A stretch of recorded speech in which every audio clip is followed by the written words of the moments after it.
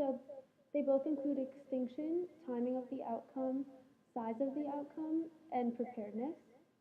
So first, extinction is in both classical conditioning and instrumental conditioning.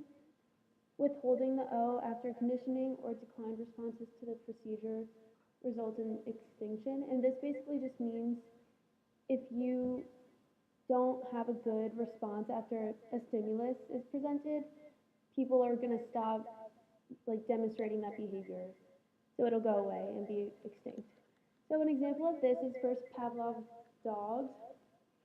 So they were classically conditioned to learn to salivate from the sound of the bell with absence of food in the end. And the Skinner box, they were trained to pull the lever without seeing food also. So this also is used to get rid of undesired behaviors that are not reinforced and therefore eliminated. So this is the opposite of acquisition, which is basically when they learn a new behavior from reinforcement at the end. This is also used a lot in clinical psychology because people can be kind of trained to have bad behaviors removed.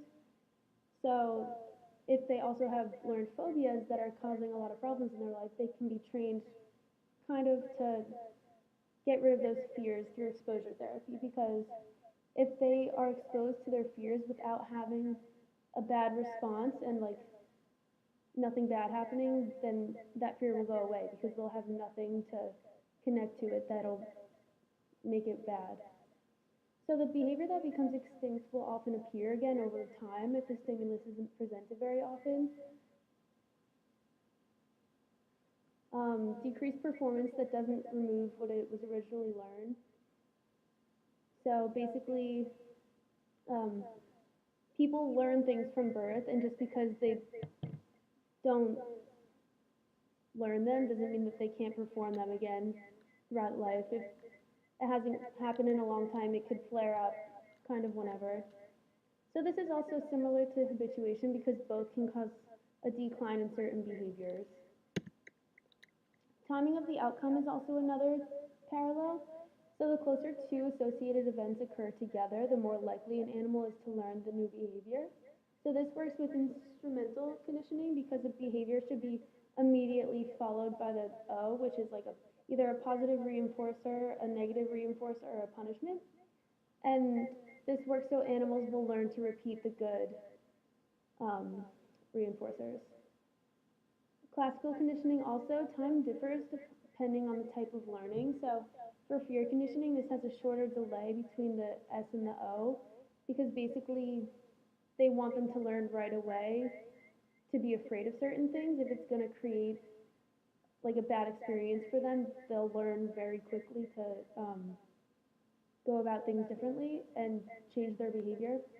But taste aversion has a longer time delay, and this is because for certain animals, if they eat something and it takes like a week instead of a day for them to have some type of reaction from like poisonous food or something, then that'll teach them how to understand what's happening in their body and know that it's poisonous and not to eat it again.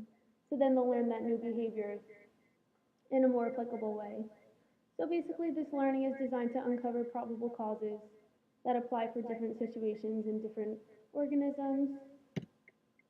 Also, the size of the outcome depends a lot, so behavior is greatly affected by the size and value of the O, and this is applicable in both classical and instrumental. People will work harder for greater rewards, while they'll also have larger negative effects that create greater fears.